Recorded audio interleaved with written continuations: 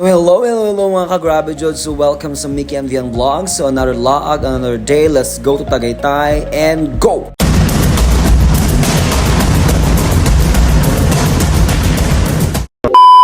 So hi guys, sorry kayo na late pala yung vlog ko sa Tagaytay no, kay Kapoy kayo ko guys, grabe ang daming trabaho. So pumunta pala lang kami ng friend ko guys no, nung nakaraang linggo sa Tagaytay, ayan no. So before kami pumunta doon, pumunta kami ng tamak-mak. Wala ako ng sinabon. Inanak ay, Kapoy. A few moments later. Uy, kadali mo na ako naabot din sa Tagaytay. So ayun na guys, touchdown kami no. Grabe. So ayun na, after how many minutes ng biyahe guys, hours, my god, naabot kami dito sa Tagaytay. Grabe, kanindot mo na dito sa Tagaytay guys no. So first time ko nakapunta dito sa Tagaytay na ganito yung itsura. May clearing talaga. So, a day before nito, may nag-smug siya guys. No? Parang umusok-usok siya guys. So, may mga balita ngayon na parang umuusok nga tong Bulkang Taal dito sa Tagaytay.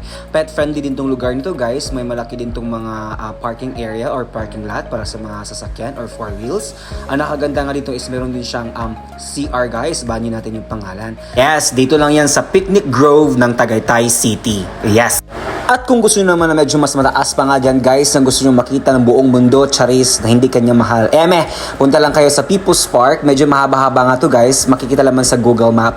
Ang sasakyan tayo dito ng jeep. 100 nga lang yung biyahe papunta doon sa tuktok kasi hindi talaga kaya to lalakarin guys. Pag nasa tuktok na kayo guys, ito yung makikita natin.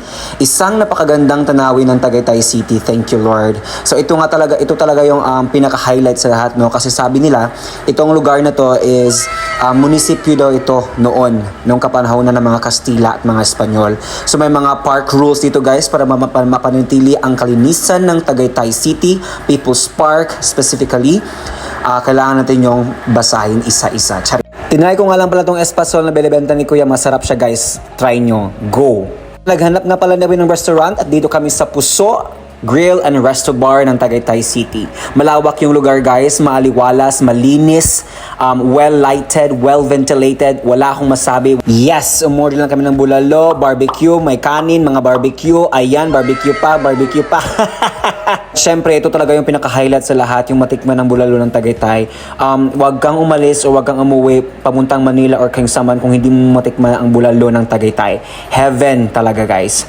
Yes mga ka-Grabe Jod, ilalaban ko talaga tong bulalo ng Tagaytay at syempre itong barbecue na kasama sa package, isang mga isaw din makasama dito sa package guys. Set na din to sila. Syempre makijam tayo sa mga singer dito guys. Go!